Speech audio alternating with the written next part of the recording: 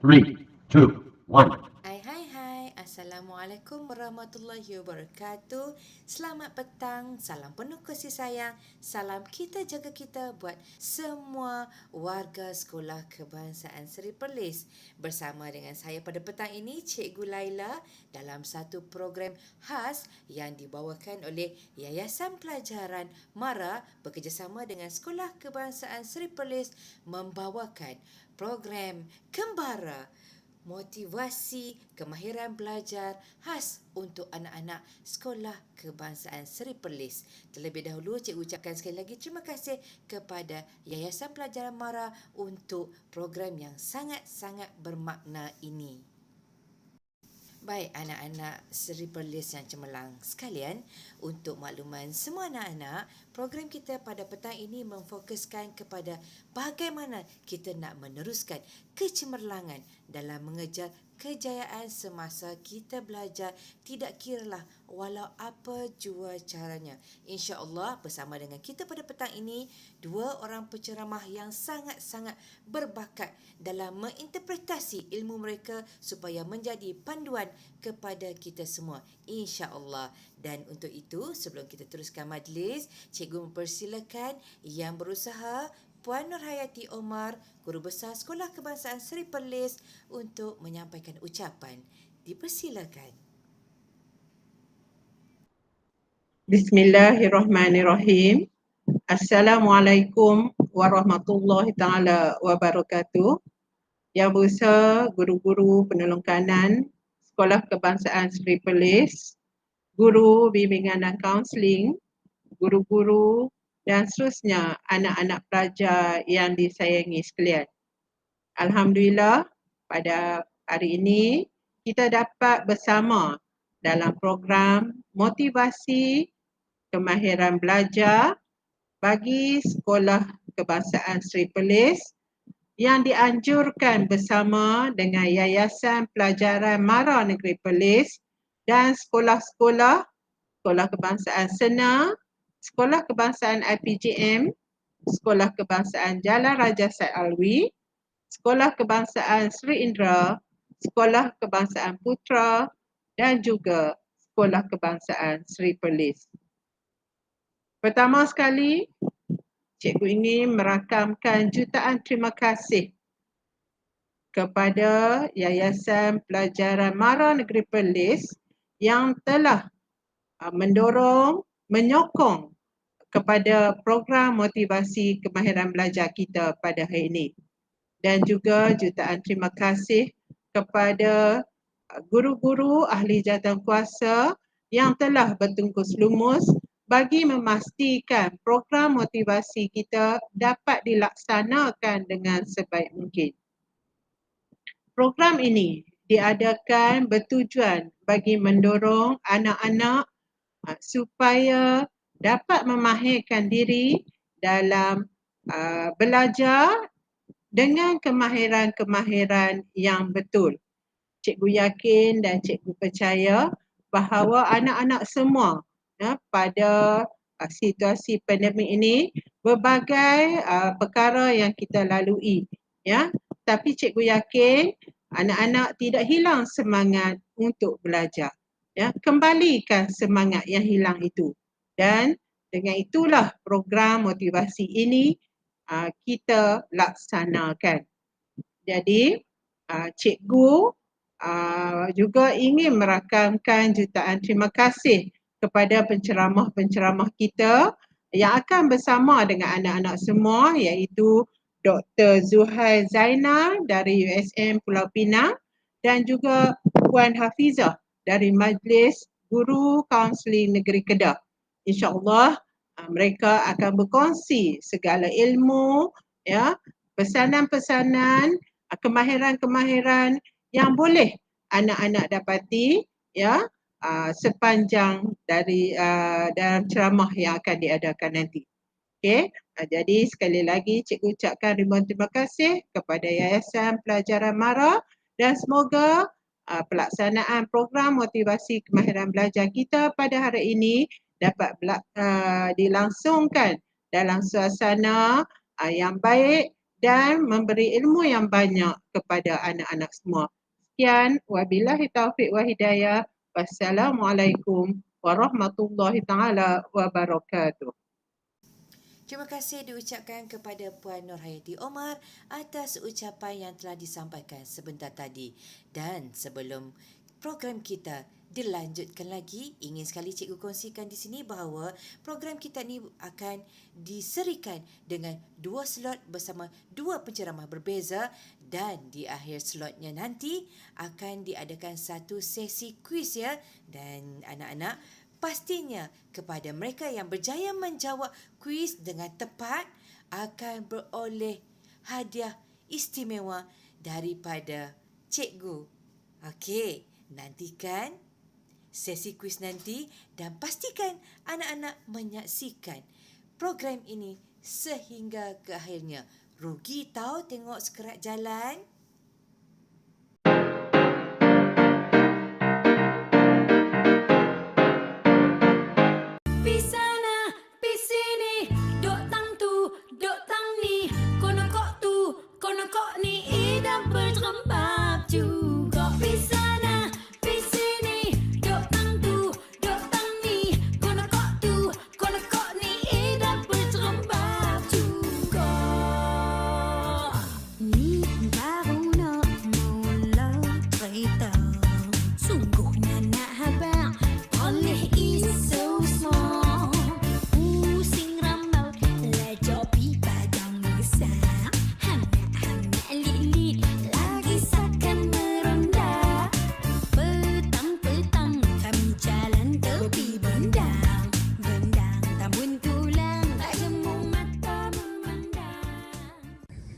Hai, Assalamualaikum warahmatullahi wabarakatuh.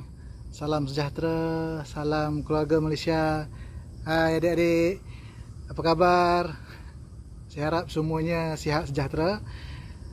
Bagaimana keadaan adik-adik di sana? Ada yang telah ambil vaksin? Alhamdulillah, saya telah pun lengkap mengambil 2 dos vaksin. Okay, saya harap ada dalam kalangan adik-adik yang telah pun mengambil dos vaksin yang telah disediakan oleh kerajaan. Baik, saya Dr. Muhammad Zuhair bin Zainal dari Pusat Pengajian Ilmu Pendidikan Universiti Sains Malaysia. Dan saya akan bersama dengan adik-adik dalam tempoh 20 minit. Baik, saya basikal saya baru selesai berkayuh. Jadi saya ada satu impian. Apakah impian saya? Pertama sekali nak sihat. Yang kedua nak kurus lah. Okey, baik. Jadi untuk mencapai segala hajat kita perlu ada usaha. Betul tak adik-adik?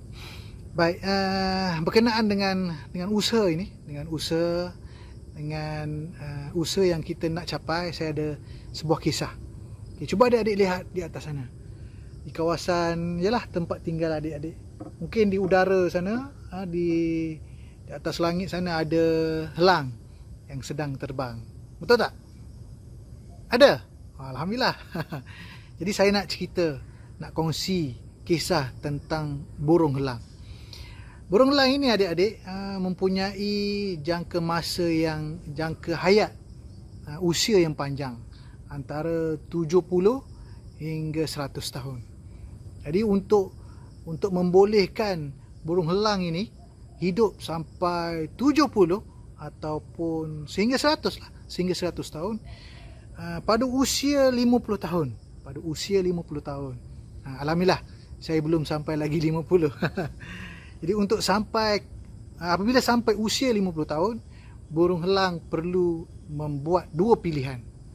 Itu sama ada ingin meneruskan kehidupannya ke 70 ataupun 100 tahun, ataupun berserah diri menerima takdir dengan apa yang ada pada dirinya. Kenapa? Kerana apabila sampai usia 50 tahun, paruh burung helang ni telah pun ada yang patah, ada yang sumbing, tak berfungsi dengan baik. Dan kukunya juga dah tumpul, tak dapat mencekam binatang yang diburu tidak dapat makan dan sebagainya. Dan bulu-bulu yang ada pada badannya juga telah tak sempurna lah.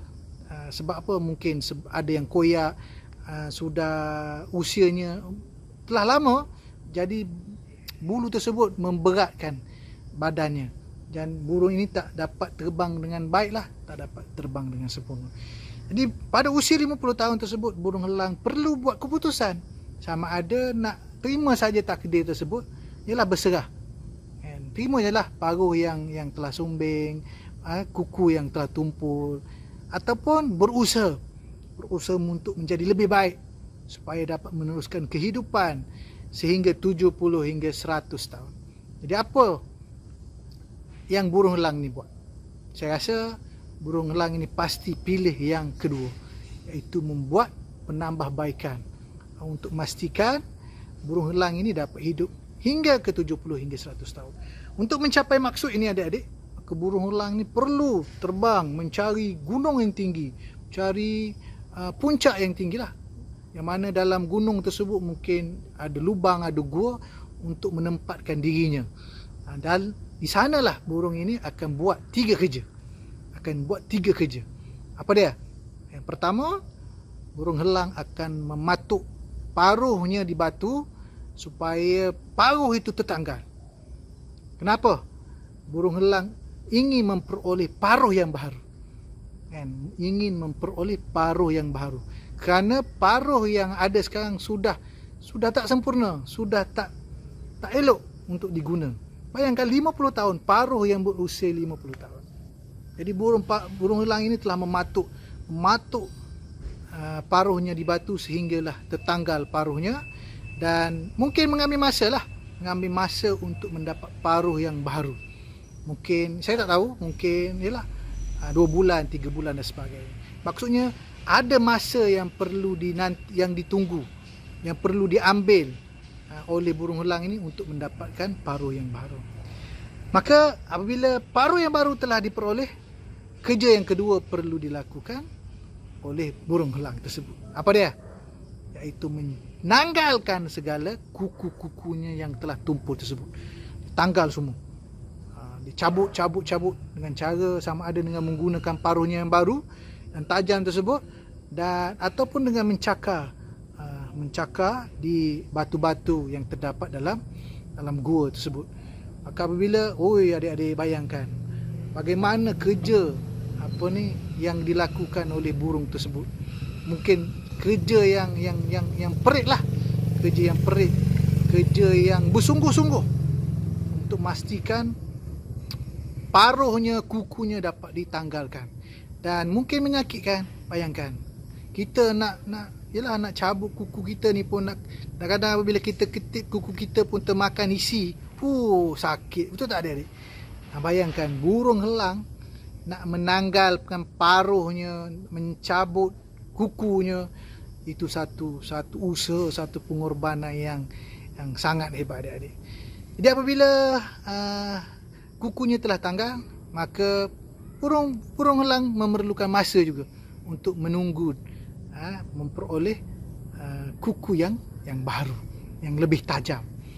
Dan apabila burung helang telah memperoleh kuku yang baru, kerja yang ketiga perlu dilakukan oleh burung helang tersebut. Apa dia adik-adik? Iaitu mencabut semua bulu-bulu yang sudah tidak berfungsi, supaya dapat tumbuh bulu yang lebih baik, yang lebih elok, yang lebih sempurna. Dan dengan bulu yang baik, bulu yang sempurna, maka burung helang dapat terbang dengan lebih tinggi, dengan lebih laju. Dan kesemua benda tersebut, paruh, kuku, bulu, merupakan keperluan bagi burung helang untuk burung helang hidup dengan lebih baik dalam tempoh 70 hingga 100 tahun. Kuku, paruh, bulu digunakan untuk mencari makan, untuk terbang, untuk menjaga keluarga dan sebagainya.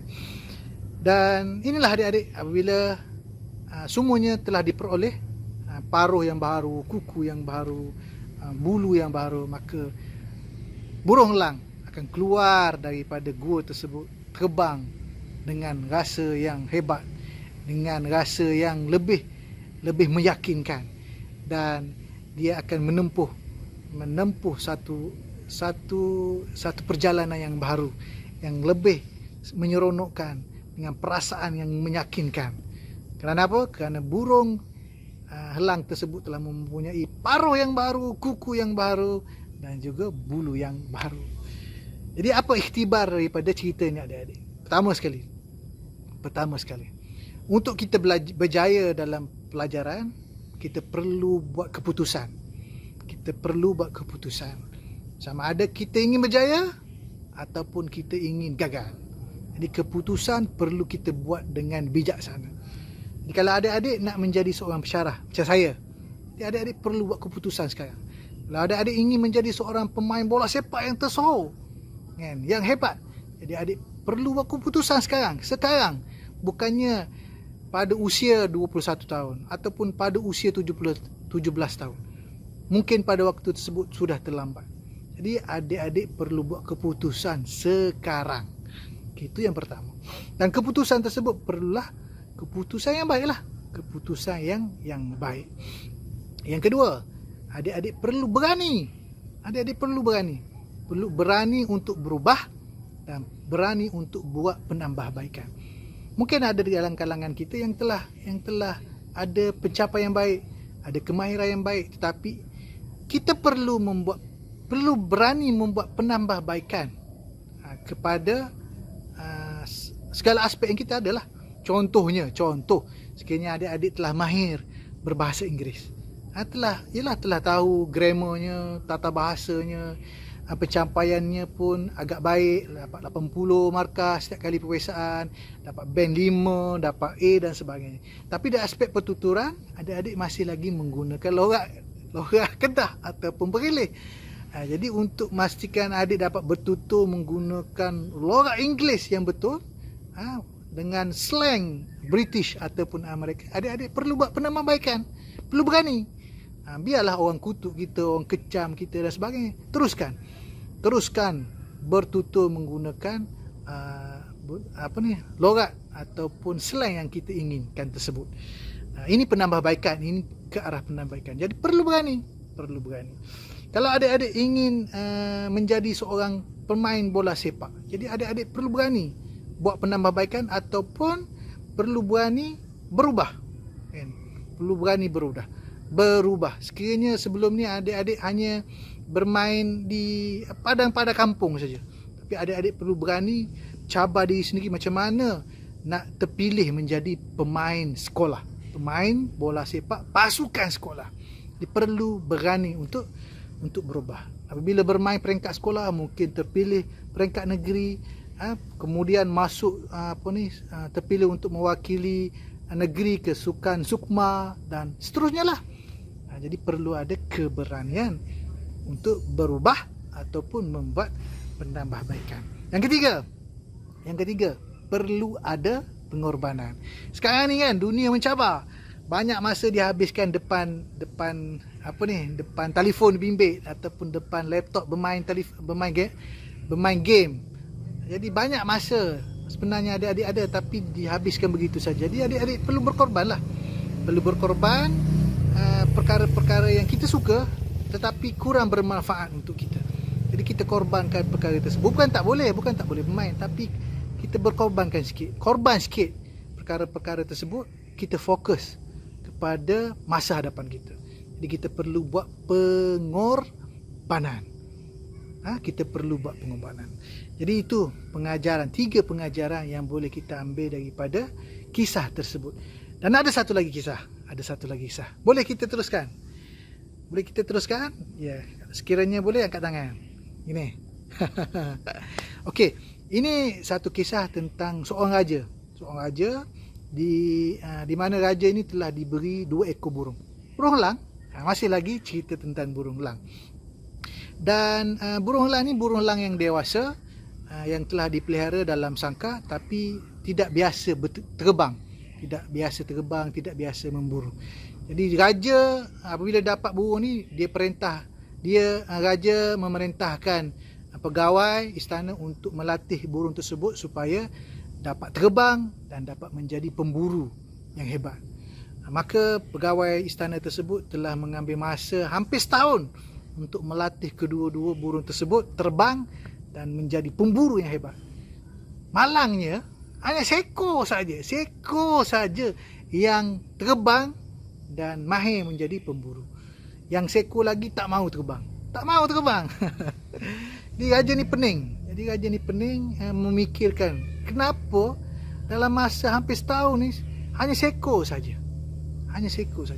Maka raja pun telah beritahu pada pegawai istananya supaya meminta penduduk kampung yang berkemahiran untuk mengajar burung helang terbang supaya datang ke istana untuk melatih burung helang yang tak terbang tadi, yang tak mahu terbang.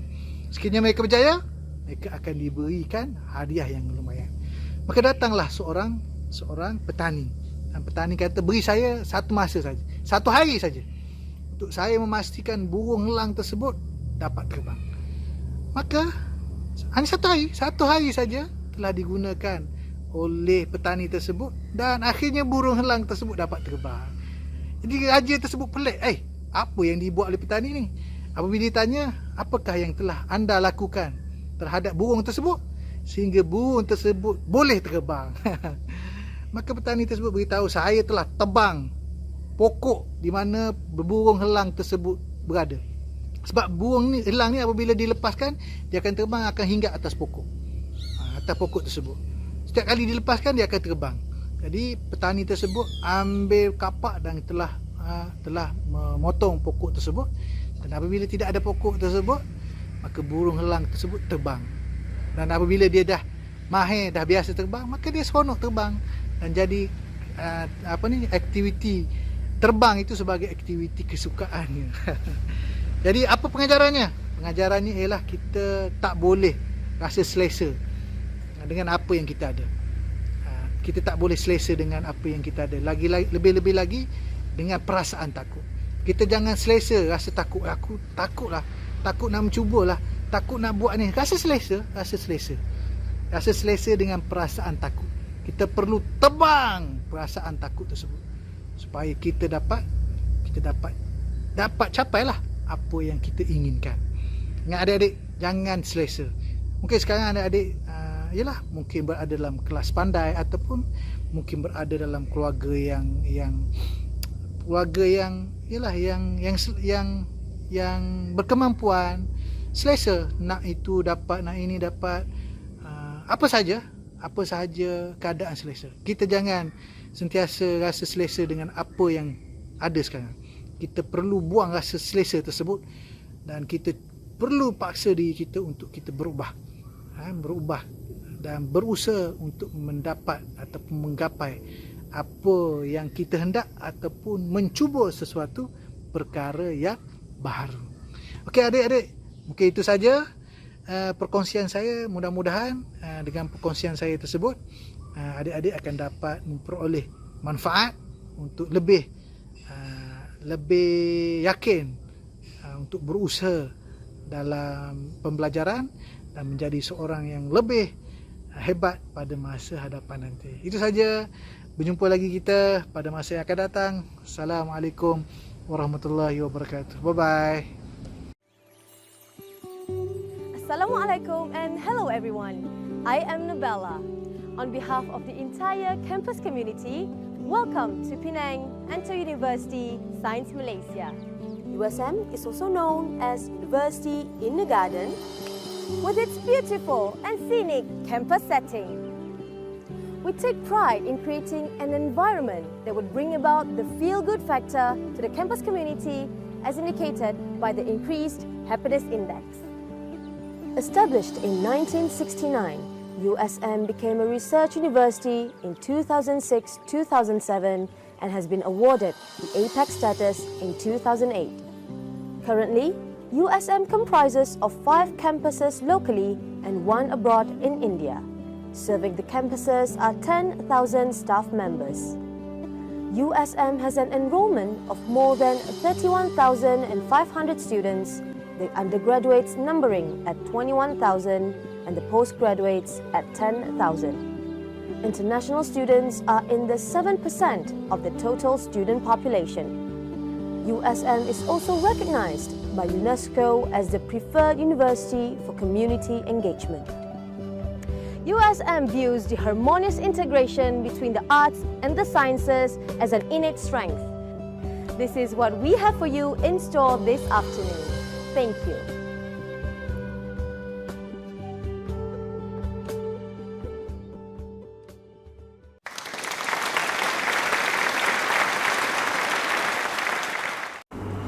Hai, Assalamualaikum warahmatullahi wabarakatuh.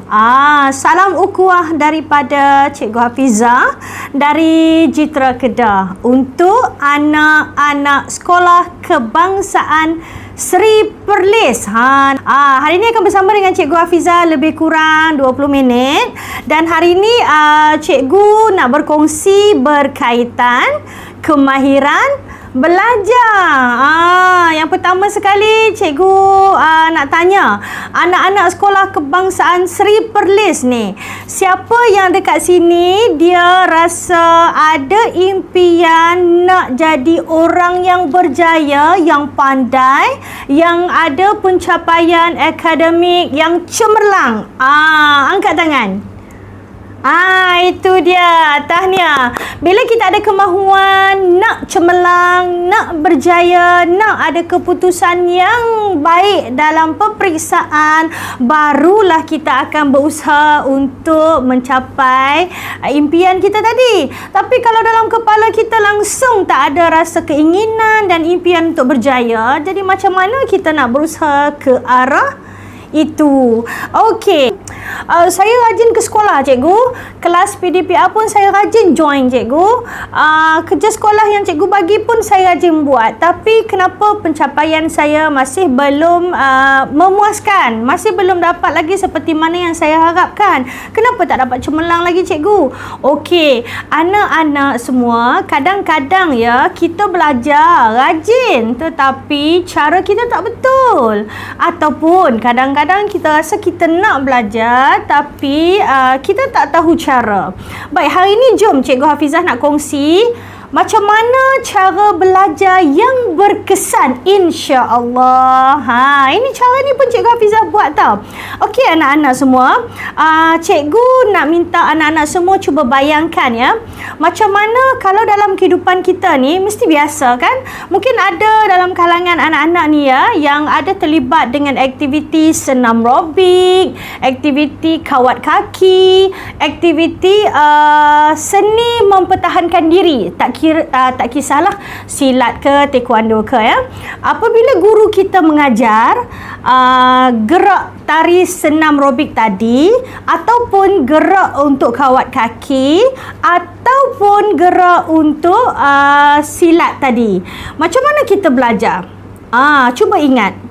Kita tengok kan, bila guru kita tunjuk step tu, tunjuk cara tu, tunjuk langkah tu, kita pun tengok dan kita dengar arahan dia. Dia kata buat macam ni, lepas tu kena macam ni. Buat yang ni 2 kali. Tumbuk macam ni, lurus. Tendang macam ni, lurus. Jadi, kita melihat guru kita dan kita mendengar apa yang dia kata. Itulah cara kita belajar kawat kaki, kita belajar seni mempertahankan diri dan kita belajar senam robik tadi. Okey, kemudian cikgu nak bagi contoh yang kedua. Kalau ada yang suka memasak lah ya, tak kisahlah lelaki ke perempuan ke kan, dia nak belajar memasak. Macam mana cara dia belajar? Kalau dia belajar daripada mak dia, kakak dia, abang dia, nenek dia, bagaimana dia buat? Dia akan melihat cara mereka memasak, kemudian dia mendengar arahan, kemudian dia ambil dan dia cuba buat. Cuba potong, cuba goreng, cuba kacau dan sebagainya. Maksudnya dia belajar memasak, akhirnya dia pandai dengan cara dia melihat orang buat, dia mendengar arahan dan kemudian dia cuba buat. Okey. Baik. Apa yang Cikgu Hafizah nak sampaikan dekat sini, anak-anak murid semua ya. Dalam kehidupan kita, selain daripada dalam kelas, selain daripada kelas online, kelas bersemuka, kelas tuition dan sebagainya, dalam kehidupan kita yang lain, memasak, kawat kaki, silat dan sebagainya, sebenarnya kita sentiasa belajar dalam kehidupan. Tapi mungkin kita tak perasan ya. Daripada contoh yang Cikgu Hafizah kongsi tadi, anak-anak mesti dapat faham bahawa untuk kita belajar faham dan boleh buat, dia mesti melakukan apa yang cikgu sebut tadi, kita melihat, kita mendengar dan kemudian kita cuba buat. Itulah maksud dia. Kalau kita nak betul-betul faham, kita nak fokus apa yang cikgu kita ajar, bila cikgu kita ajar di Google Classroom, bila cikgu kita ajar di Zoom, bila cikgu kita ajar menggunakan Google Meet, ataupun cikgu kita ajar menggunakan live Facebook ataupun di live YouTube, apa yang kita kena buat adalah pada masa tu pastikan kita tengok cikgu kita, betul-betul kita eye contact dengan dia untuk kita belajar. Ya, kemudian betul-betul kita fokus mendengar. Jangan ada gangguan lain sambil dengar muzik ataupun kita sibuk dengan handphone, mungkin menjawab pertanyaan ataupun bersembang dengan kawan-kawan ataupun sambil ada televisyen.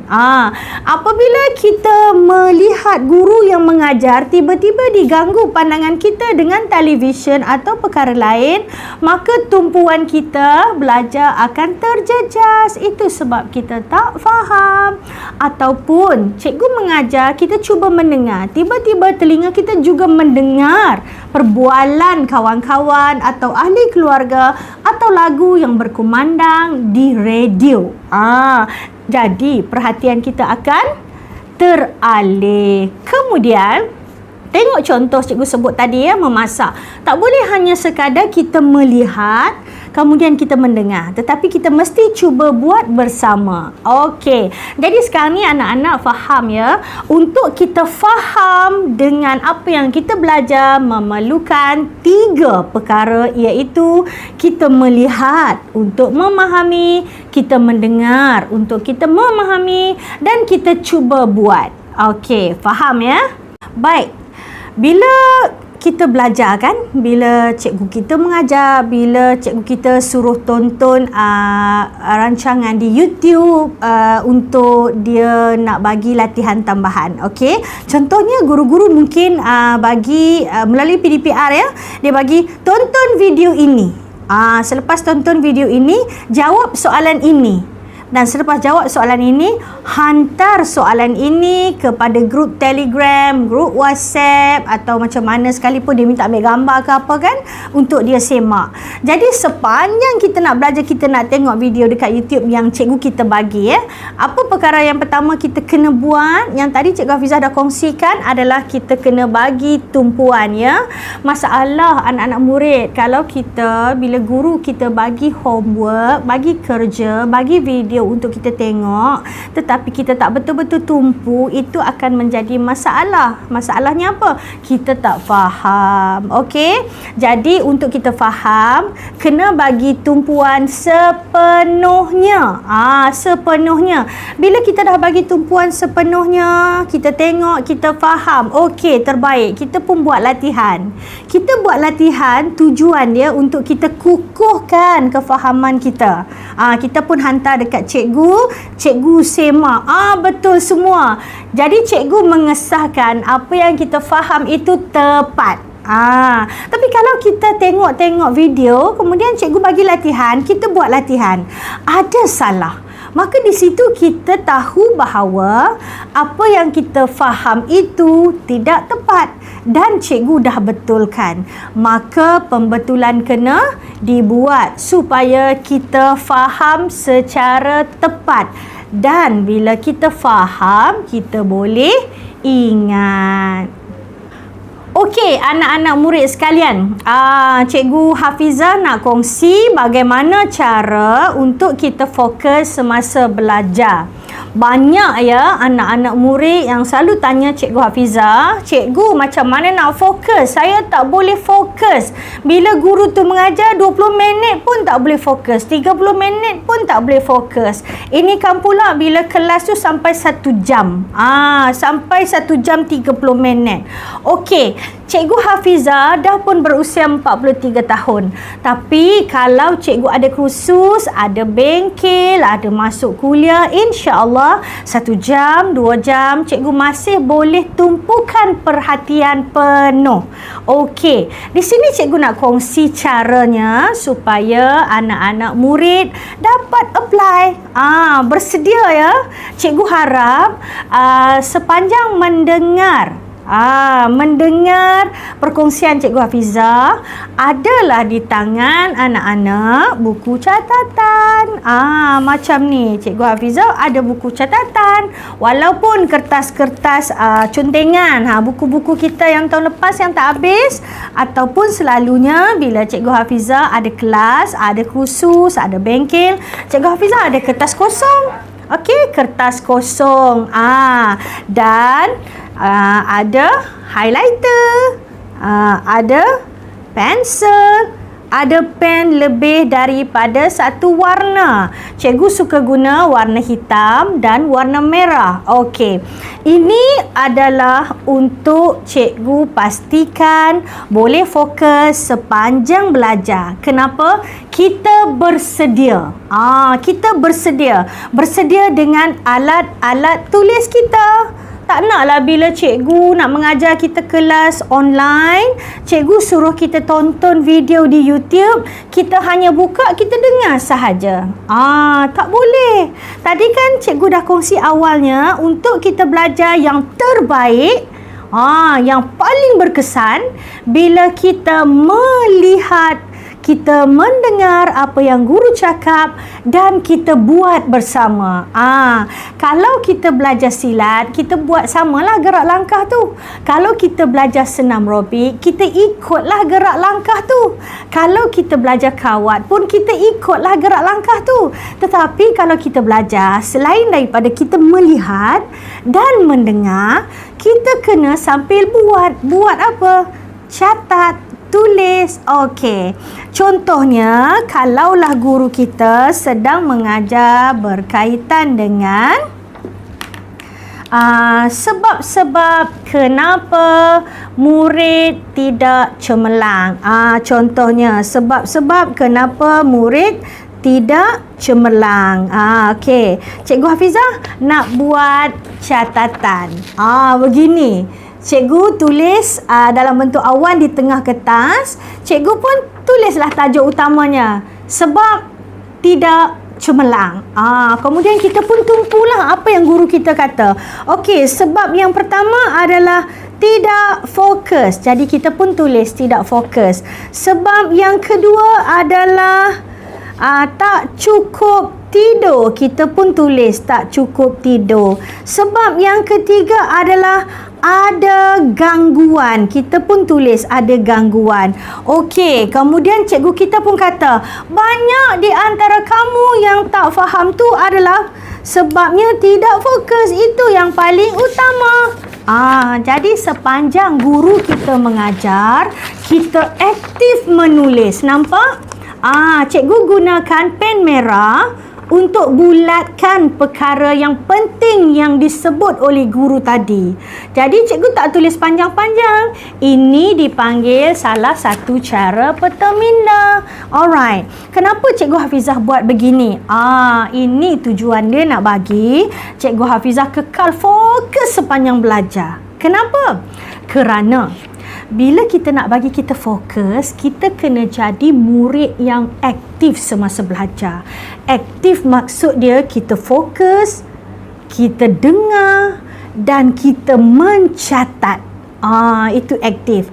Kemudian bila guru kita bertanya soalan, kita angkat tangan, kita jawab. Kalau dalam online kita tak onkan mikrofon, kita boleh tulis di ruangan chat. Jawapannya adalah tidak fokus, cikgu. Kita pun tulis. Bila kita menjawab, bila kita mencatat nota kita ataupun menulis dalam bentuk peta minda, kita adalah murid yang aktif semasa belajar. Maka kita boleh fokus. Sedar ataupun tidak, tiba-tiba dah 1 jam dah kita belajar. Itu satu daripada cara bagaimana kita nak kekal fokus semasa belajar. Yang kedua, pastikan mata kita jangan melihat di merata-rata. Bila cikgu kita mengajar, betul-betul kita tengok dia. Kita tengok pergerakan dia, kita tengok ayat-ayat yang dia tulis di slide, kita tengok dialog-dialog dia, kita tengok muka dia dan juga gerak tangan dia supaya kita boleh kekal fokus. Yang ketiga, bila nak tumpu perhatian dalam kelas, kita kena pastikan kita cukup rehat, cukup tidur. Cikgu nak pesan anak-anak murid Sekolah Kebangsaan Seri Perlis, jangan tidur lewat. Jangan tidur lewat.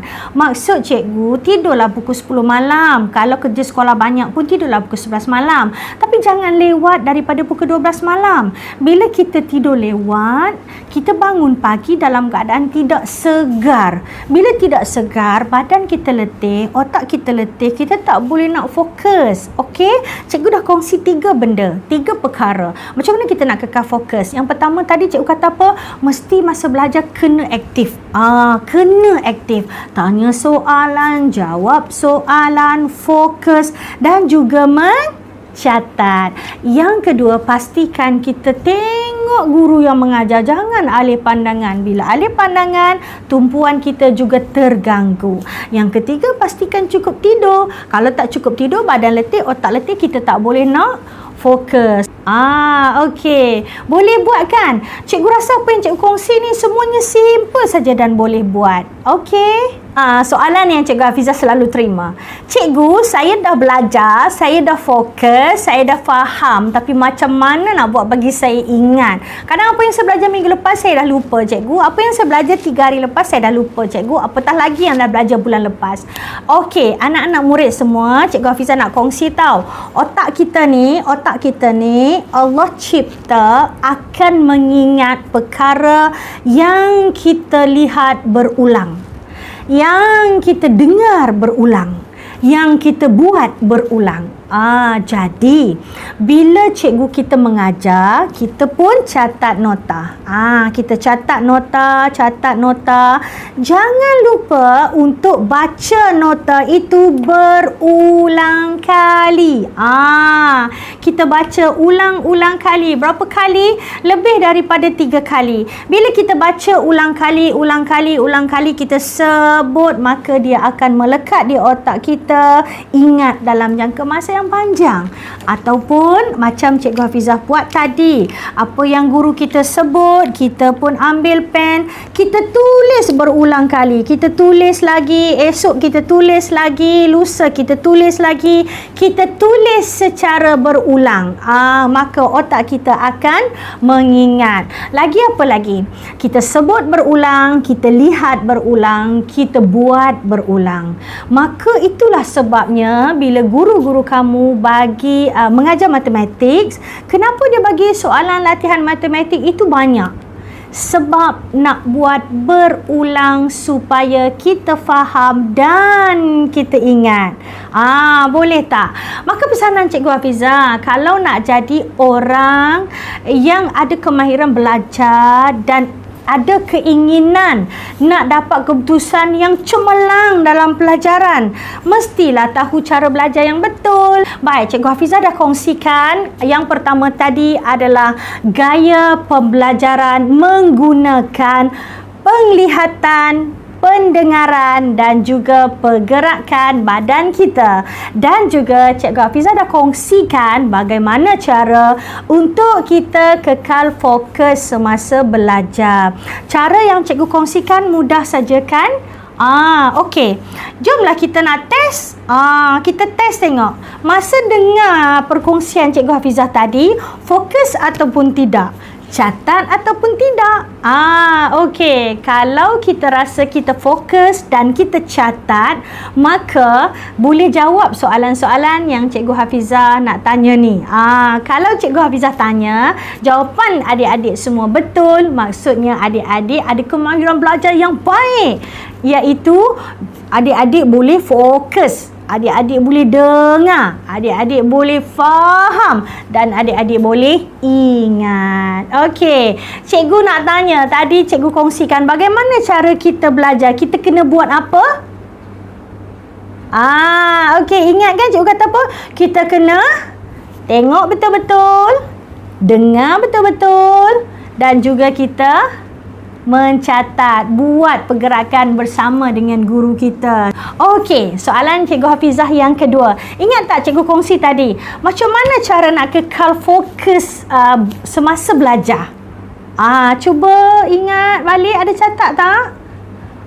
Kalau boleh jawab memang terbaik. Yang pertama apa? Jadilah murid yang aktif. Tanya soalan, jawab soalan bila cikgu tanya dan mencatat semasa belajar. Kemudian apa lagi? Ya, teruskan melihat guru kita. Jangan paling ke tempat lain, tengok di merata tempat. Kalau tidak, dia akan kalih tumpuan kita. Yang ketiga apa?